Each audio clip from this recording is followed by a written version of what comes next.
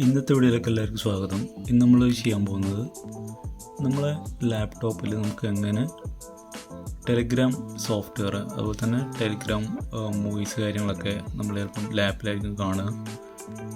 അപ്പോൾ തന്നെ നമ്മൾ ഫോണിലുള്ള ആ കാര്യങ്ങളൊക്കെ നമ്മൾ ലാപ്പിലോട്ട് ചിലപ്പം കോപ്പി ചെയ്യേണ്ടതായിട്ട് വരും. അപ്പോൾ നമുക്ക് ആ ഒരു ഇഷ്യൂസ് ഇല്ലാതാക്കാൻ അതുപോലെ തന്നെ ടെലിഗ്രാം പെർമനൻ്റായിട്ട് അല്ലെങ്കിൽ ടെമ്പററി ആയിട്ട് നമുക്ക് യൂസ് ചെയ്യാൻ വേണ്ടിയിട്ടുള്ള ട്രിക്കാണ്. അപ്പോൾ ആദ്യമായിട്ട് നമ്മൾ ഈ ഒരു സൈറ്റിൽ പോവാം. ഇതിൻ്റെ ലിങ്ക് ഞാൻ താഴെ ഡിസ്ക്രിപ്ഷനിൽ കൊടുക്കാം. സിമ്പിളാണ്. ഈ സൈറ്റിൽ കയറി കഴിഞ്ഞാൽ ഇങ്ങനെയുള്ള ഒരു ഇൻ്റർഫേസാണ് ഉണ്ടാവുക. ഇതിൽ നമ്മൾ ചെയ്യേണ്ടത് ഇവിടെ ഗെറ്റ് ടെലിഗ്രാം ഫോർ വിൻഡോസ് എന്ന് പറഞ്ഞാൽ ആ ഒരു ഐക്കണിൽ ക്ലിക്ക് ചെയ്യുക. അപ്പോൾ ഇവിടെ ലെഫ്റ്റ് സൈഡ് താഴെ കോർണറിലായിട്ട് അത് ഡൗൺലോഡ് ചെയ്യുന്നതായിട്ട് കാണാം. അപ്പോൾ ഇത് ഡൗൺലോഡ് ചെയ്ത് കഴിഞ്ഞ് കഴിഞ്ഞാൽ അടുത്തായിട്ട് നമ്മൾ ചെയ്യാൻ പോകുന്നത് ഇവിടെ താഴെയായിട്ട് കോർണറിലായിട്ട് ഡൗൺലോഡ് കംപ്ലീറ്റ് ആയിട്ടുണ്ട്. അത് നമ്മൾ ജസ്റ്റ് ക്ലിക്ക് ചെയ്യുക. ക്ലിക്ക് ചെയ്ത് കഴിഞ്ഞാൽ ഇവിടെ ഇങ്ങനെയുള്ള ഒരു ഇൻ്റർഫേസാണ് വരിക. അതിൽ നമ്മൾ ചേഞ്ചസ് ഒന്നും വരുത്തേണ്ട. ഇവിടെ ജസ്റ്റ് ഓക്കെ എന്ന് കൊടുക്കുക. അതിനുശേഷം ഇവിടെ നെക്സ്റ്റ്,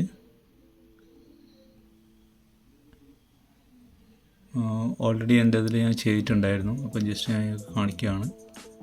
അവിടെ ഇതിലുണ്ട് എന്നാണ് കാണിക്കുന്നത്. അപ്പോൾ നിങ്ങൾ ചെയ്യേണ്ടത് ജസ്റ്റ് നെക്സ്റ്റ് അടിക്കുക. ഇവിടെ ക്രിയേറ്റ് ഷോർട്ട് കട്ട്, അവിടെ നെക്സ്റ്റ് കൊടുക്കുക. അവിടെ ഇൻസ്റ്റാൾ, അതിനുശേഷം നെക്സ്റ്റ് വെയിറ്റ് ചെയ്യുക.